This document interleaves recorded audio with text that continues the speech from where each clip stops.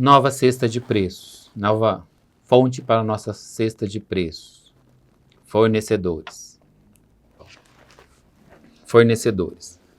Nós já falamos um pouquinho sobre eles, né, nos outros vídeos. É importante que a gente tenha em mente que quando eu vou fazer uma cotação com um fornecedor, eu preciso de no mínimo 3, né? Isso é o que está estabelecido no nosso decreto, é o que está estabelecido na normativa federal. Então eu preciso cotar com esses 3, com pelo menos 3 empresas. Essas 3 empresas, essa solicitação, ela precisa ser formal, ou seja, eu preciso encaminhar um e-mail para que essas empresas me respondam dentro de um prazo razoável, né, geralmente 5 dias que a gente estabelece, descrevendo, né, as razões por que eu escolhi esse fornecedor e não o outro, né, eu tenho lá fornecedor A, B, C e D. Né? Então, por que eu estou escolhendo o A, o B e o C? Por que eu não fiz cotação com o D? Não vai explicar por que não fez com o D, mas você precisa dizer por que você cotou com o A, com o B e com o C. Isso está na normativa. Né?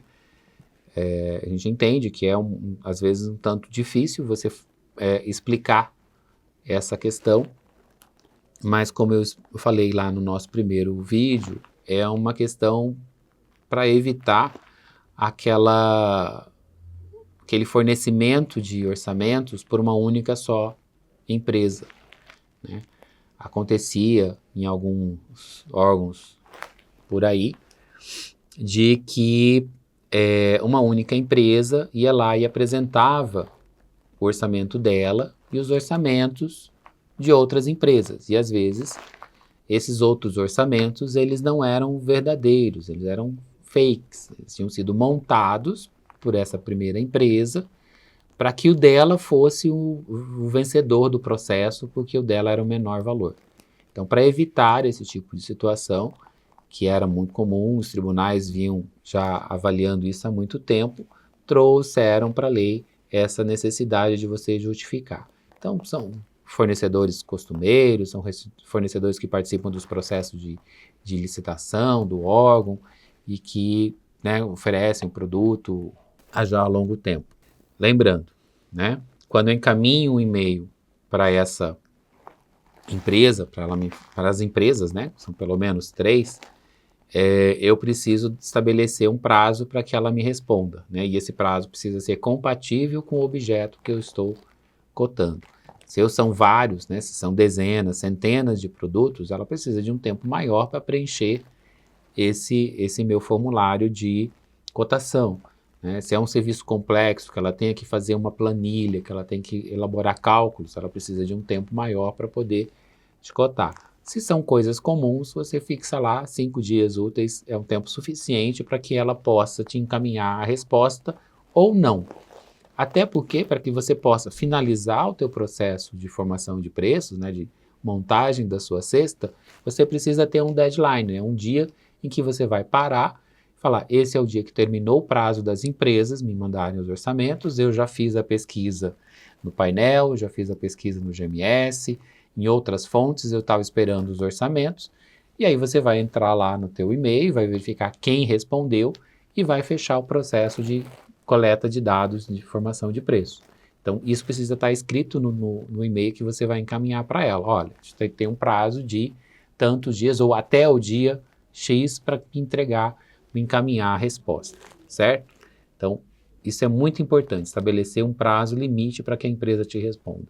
Até porque se você não tiver essas respostas, você vai juntar isso no teu processo de compras, vai juntar isso lá no Gescomp, e no teu termo de referência você vai escrever que você mandou e-mails solicitando cotação para as empresas, né, tais e tais, conforme comprovante anexo, e que decorrido o prazo não houve retorno das empresas X, Y, Z e apenas da empresa tal ou essa ou aquela, para que você possa fundamentar, né, a tua cesta de preço, certo?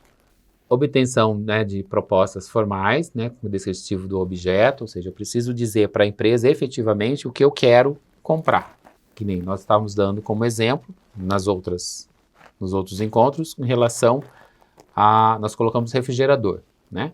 Mas qual o tamanho do refrigerador? Qual a litragem dela? Bivolt, 110, 220, duplex, simples, fast-free. Então, tudo isso você precisa descrever, né, para que ela possa estabelecer qual que é o valor dela para aquele produto ou para aquele serviço, né? E então tem que ser bem claro com a empresa que você está cotando. E aí você precisa junto, né, ele te apresentar o valor unitário e o valor total.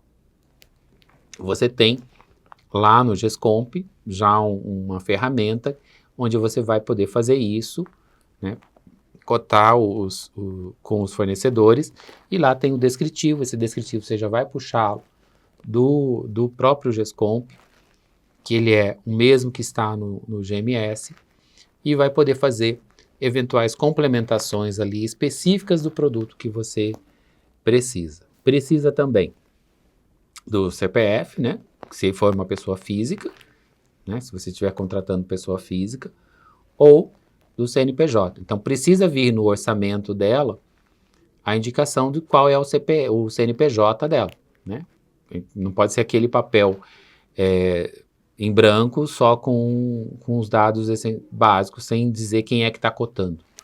Antigamente a gente falava que era o carimbo, né? Tinha que fazer um carimbo lá com a informação do CNPJ e todos os dados da empresa. É basicamente isso. Algumas já têm formulário próprio, mas ela precisa trazer para a gente esses dados, principalmente CNPJ, o endereço dela físico, o endereço eletrônico, né? Qual que é o e-mail, qual que são os telefones para contato,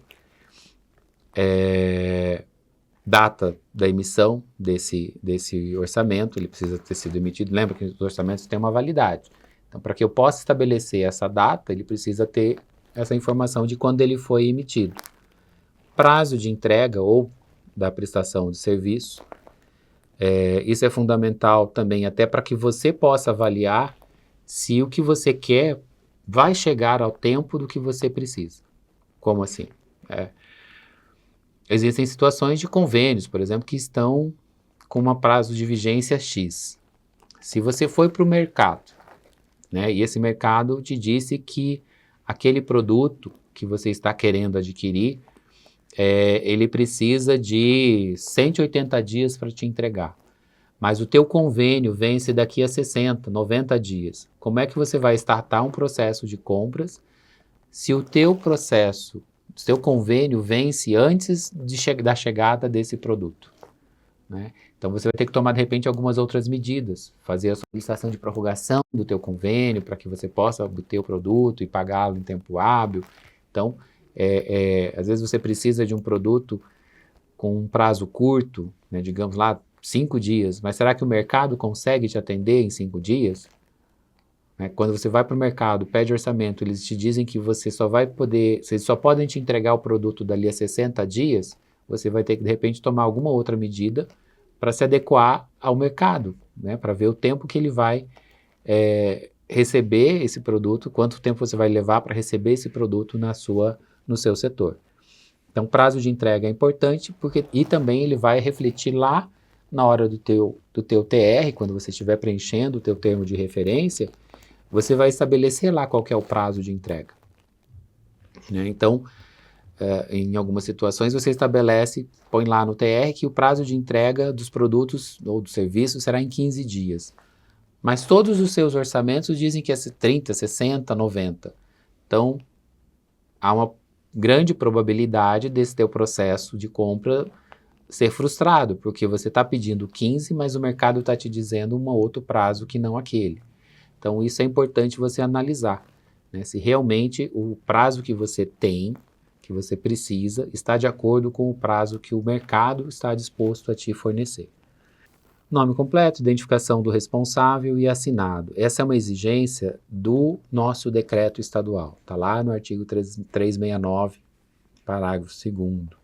Então, o orçamento ele precisa vir com o nome completo de quem fez o orçamento, né? José da Silva Santos. Identificação desse responsável, quem que é ele, né? Ele é o vendedor, ele é estagiário, ele é o quem da empresa. E assinado eletronicamente, pode ser. É difícil A gente tem consciência disso, de que as empresas têm uma certa resistência em fornecer, em assinar, mas, infelizmente, né, nesse primeiro momento, é o que está no texto da lei, né? E aí, então a gente precisa dar esse cumprimento. Ele precisa trazer essa informação, nome, né, identificação de quem é ele e assinado, né? Hoje, com o Gov, né, você tem condições de fazer essa assinatura eletrônica através do site do governo, né, sem custo.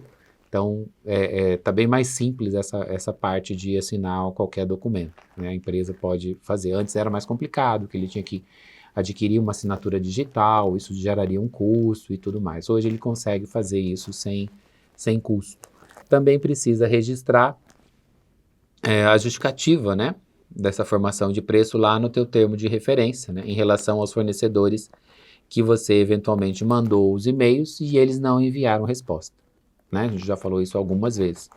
Então, você vai poder utilizar ou o teu próprio e-mail, né, do setor ou o sistema lá disponível no GESCOMP, e à medida que você estabeleceu uma data limite e fechou esse período, você vai lá e puxa, né, gera os arquivos PDF e informa que as empresas tais receberam, foram encaminhados e-mails para ela, mas elas não te retornaram.